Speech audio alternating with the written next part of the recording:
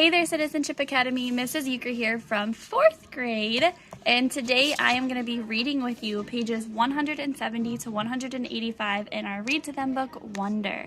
So go ahead and open up to page 170 and let's get started. The War. It was Charlotte who had the inside scoop on why everyone was dissing me. I found a note inside my locker at the end of the day. Meet me in room 301 right after school. Come by yourself, Charlotte. She was already inside the room when I walked in. Sup, I said. Hey, she said. She went over to the door, looked left and right, and then closed the door and locked it from the inside. Then she turned to face me and started biting her nail as she talked. Look, I feel bad about what's going on, and I just wanted to tell you what I know. Promise you won't tell anyone I talk to you? Promise. So Julian had this huge holiday party over winter break, she said. I mean, huge. My sister's friend had her sweet 16 at the same place last year. There were like 200 people there, so I mean, it's a huge place. Yeah, and well, pretty much everybody in the whole grade was there. Not everybody, I joked. Right, not everybody. Duh. But like, even parents were there, you know. Like, my parents were there. You know, Julian's mom is the vice president of the school board, right? So she knows a lot of people.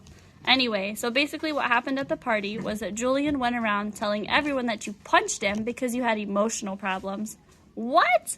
And that you would have gotten expelled, but his parents begged the school not to expel you.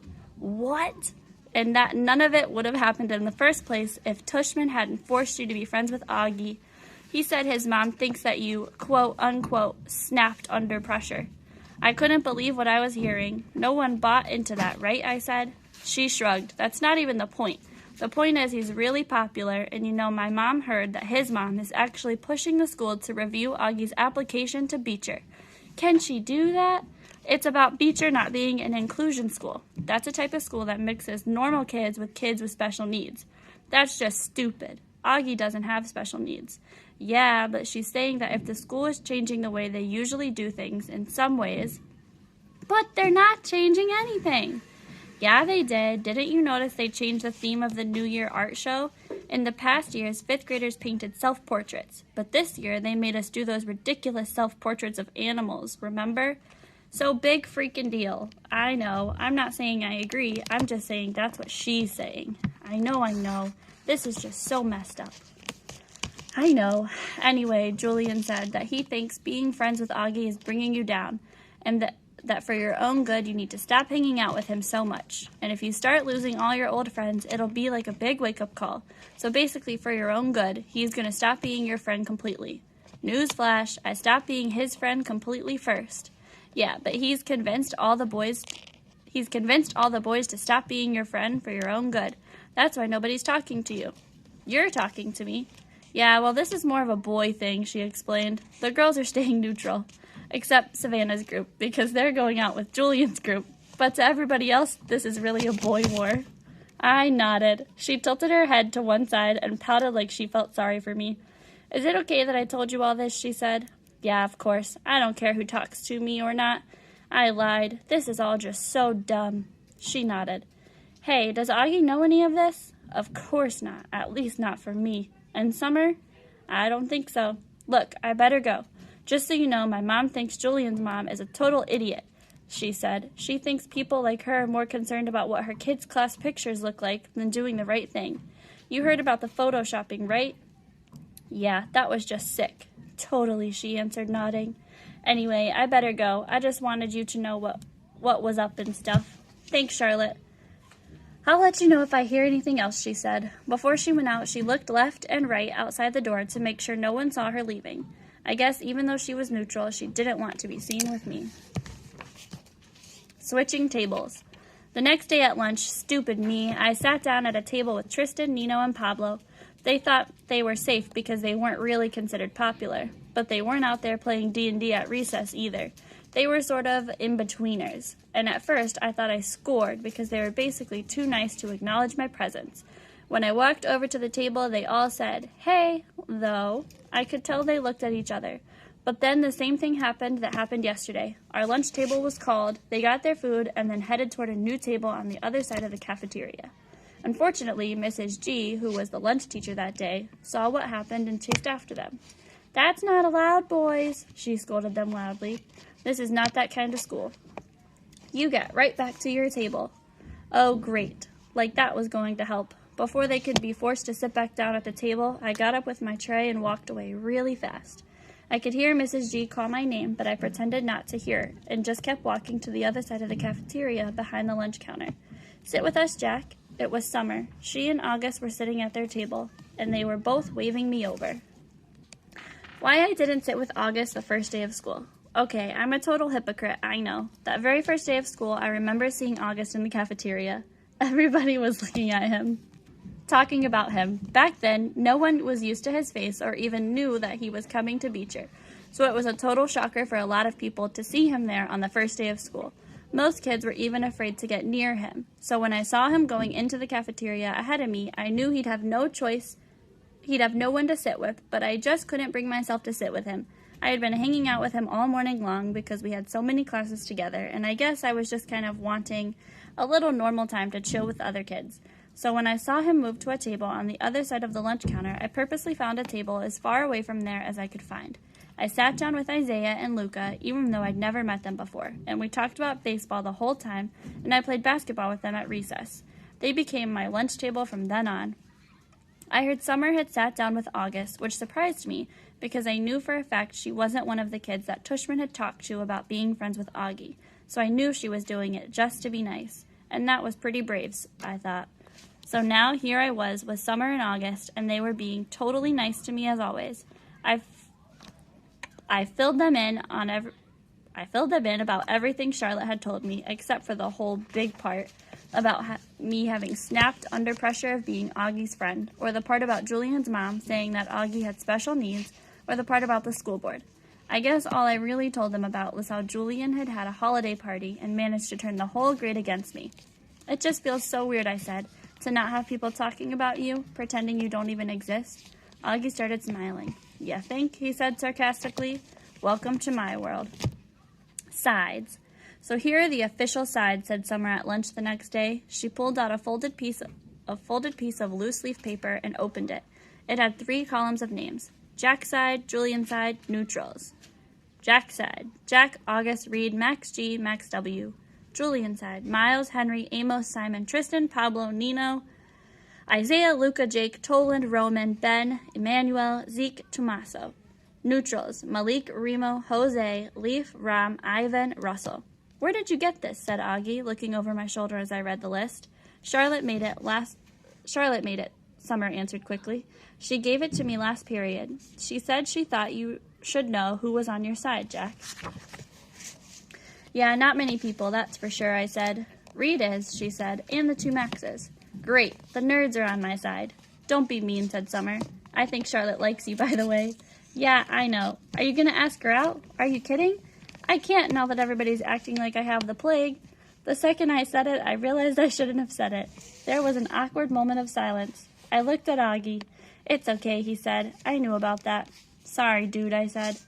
"I didn't know they called it the plague, though," he said. "I figured it was more like the cheese touch or something." "Oh, yeah, like in Diary of a Wimpy Kid," I nodded. "The plague actually sounds cooler," he joked, "like someone could catch the Black Death of ugliness." As he said this, he made air quotes. "I think it's awful," said Summer, but Augie shrugged while taking a big sip from his juice box. "Anyway, I'm not asking Charlotte out," I said. "My mom thinks we're all too young to be dating anyway," she answered. "What if Reed asked you out?" I said. "Would you go?" I could tell she was surprised. "No," she said. "I'm just asking," I laughed. She shook her head and smiled. "Why? What do you know?" "Nothing. I'm just asking," I said. "I actually agree with my mom," she said. "I do think we're too young to be dating. I mean, I just don't see what the rush is." "Yeah, I agree," said August, "which is kind of a shame, you know, with all those babes who keep throwing themselves at me and stuff." He said this in such a funny way that the milk I was drinking came out my nose when I laughed, which made us all totally crack up. August's house. It was already the middle of January, and we still hadn't even chosen what science fair project we were going to work on. I guess I kept putting it off because I just didn't want to do it. Finally, August was like, "Dude, we have to do this." So we went to his house after school. I was really nervous because I didn't know if August had ever told his parents about what we now called the Halloween incident. Turns out the dad wasn't even home and the mom was out running errands. I'm pretty sure from the 2 seconds I'd spent talking to her that Augie had never mentioned a thing about it. She was super cool and friendly toward me. When I first walked into Augie's room, I was like, whoa, Augie, you've got serious Star Wars addiction. He had leagues full of Star Wars miniatures and a huge The Empire Strikes Back poster on his wall. I know, right? He laughed. He sat down on a rolling chair next to his desk. I plopped down on the beanbag chair in the corner. That's when his dog waddled into the room right up to me. He was on your holiday card, I said, letting the dog sniff my hand. He corrected me, Daisy. You can pet her. She doesn't bite. When I started petting her, she basically just rolled over onto her back. She wants you to rub her tummy, said August. Okay, this is the cutest dog I've ever seen, I said, rubbing her stomach. I know, right? She's the best dog in the world. Aren't you, girly? As soon as she heard Augie's voice say that, the dog started wagging her tail and went over to him. Who's my little girly? Who's my little girly? Augie was saying as she licked him all over the face. I wish I had a dog, I said. My parents think our apartment's too small. I started looking around at the stuff in his room while he turned on the computer. Hey, you've got an Xbox 360. Can we play? Dude, we're here to work on the science fair project. Do you have Halo? Of course I have Halo. Please, can we play? He had logged on to the Beecher website and was now scrolling down Miss Rubin's teacher page through the list of science fair projects. Can you see from there, he said. I sighed and went to sit on a little stool that was right next to him. Cool iMac, I said. What kind of computer do you have? Dude, I don't even have my own room, much less my own computer. My parents have this ancient Dell that's practically dead. Okay, how about this one, he said, turning the screen in my direction so I would look. I made a quick scan of the screen and my eyes literally started blurring. Making a sun clock, he said. That sounds kind of cool. I leaned back. Can we just make a volcano? Everyone makes volcanoes. Duh, because it's easy, I said, petting Daisy again. What about how to make crystal spikes out of Epsom salt? Sounds boring, I answered. So why'd you call her Daisy? He didn't look up from the screen. My sister named her. I wanted to call her Darth. Actually, technically speaking, her full name is Darth Daisy, but we never really called her that. Darth Daisy, that's funny. Hi, Darth Daisy, I said to the dog, who rolled onto her back again for me to rub her tummy. Okay, this one is the one, said August, pointing to a picture on the screen of a bunch of potatoes with wires poking out of them. How to build an organic battery made of potatoes. Now that's cool. It says here you could power a lamp with it. We could call it Spud Lamp or something. What do you think? Dude, that sounds way too hard. You know I suck at science. Shut up, you do not. Yeah, I do. I got a 54 on my last test. I suck at science. No, you don't, and that was only because we were still fighting and I wasn't helping you. I can help you now. This is a good project, Jack. We've got to do it. Fine, whatever, I shrugged. Just then there was a knock on the door. A teenage girl with long, dark, wavy hair poked her head inside the door. She wasn't expecting to see me. Oh, hey, she said to both of us. Hey, Via, said August, looking back at the computer screen. Via, this is Jack. Jack, that's Via. Hey, I said, nodding hello. Hey, she said, looking at me carefully. I knew the second Augie said my name that he had told her about the stuff I had said about him. I could tell from the way she looked at Augie, I have a friend I want you to meet, okay, she said. He's coming over in a few minutes. Is he your new boyfriend, August teased. Via kicked the bottom of his chair. Just be nice, she said, and left the room. Dude, your sister's hot, I said. I know. She hates me, right? You told her about the Halloween incident. Yeah. Yeah, she hates me. Or, yeah, you told her about Halloween. Both. The boyfriend. 2 minutes later, the sister came back with this guy named Justin. Seemed like a cool enough dude. Longish hair, little round glasses. He was carrying a big, long, shiny silver case that ended up in a sharp point on one end. Justin, this is my little brother August, said Via, and that's Jack. Hey guys, said Justin, shaking our hands. He seemed a little nervous. I guess maybe it was because he was meeting August for the first time. Sometimes I forget what a shock it is the first time you meet him. Cool room. Are you Via's boyfriend? Augie asked mischievously, and his sister pulled his cap down over his face. What's in your case? I said. A machine gun. Ha, answered the boyfriend. That's funny. No, it's a fiddle. Justin's a fiddler, said Via. He's in the Zydeco band. What the heck is a Zydeco band? Said Augie, looking at me. It's a type of music, said Justin, like Creole music. What's Creole? I said. You should tell people that's a machine gun, said Augie. Nobody would ever mess with you. Ha, I guess you're right, Justin said, nodding and tucking his hair behind his ears. Creole's the kind of music they play in Louisiana, he said to me. Are you from Louisiana, I asked. No, he answered, pushing up his glasses. I'm from Brooklyn. I don't know why this made me want to laugh. Come on, Justin, said Via, pulling him by the hand. Let's go hang out in my room. Okay, see you guys later. Bye, he said. Bye, bye. As soon as they left the room, Augie looked at me smiling. I'm from Brooklyn, I said, and we both started laughing hysterically.